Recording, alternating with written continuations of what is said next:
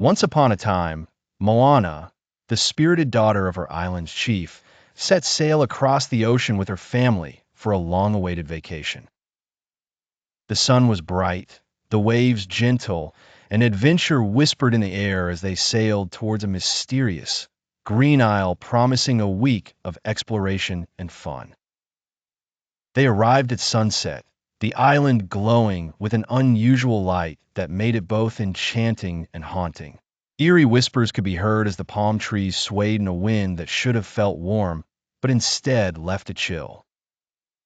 On the first night, as they roasted fish over a campfire, Moana noticed a shadow dart past the trees. "Did you see that, Dad?" she asked, her eyes wide with excitement and fear. Her father, Te, chuckled dismissively. "Probably just a rabbit, Moana." But Moana wasn't satisfied.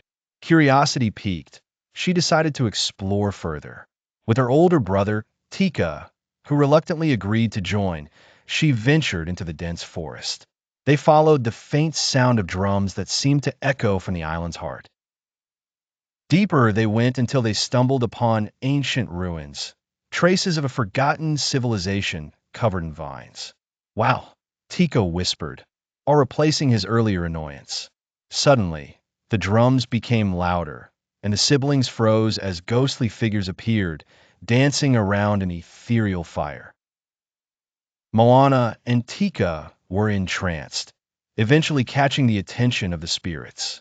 An old spirit, wearing ornate shell jewelry, rose from the group and approached them, his voice a gentle breeze. "Fear not, children. We mean no harm. We are the guardians of this isle whose memories linger in these stones." Moana, ever brave, stepped forward. "We didn't mean to disturb. We're just here with our family." The spirit nodded. "Your heart is pure, and thus you are welcome. You must heed our warnings, respect the island, and it shall protect you." Moana and Tika promised to uphold the guidance, returning to the camp with tales of their spectral encounter. Their parents listened, the earlier lid of doubt replaced by an open curiosity. Throughout their stay, the family enjoyed the island's beauty, always mindful of the spirits who watched over them. They learned the language of the sea, the songs of the old islanders, and carried forth stories of unity between worlds.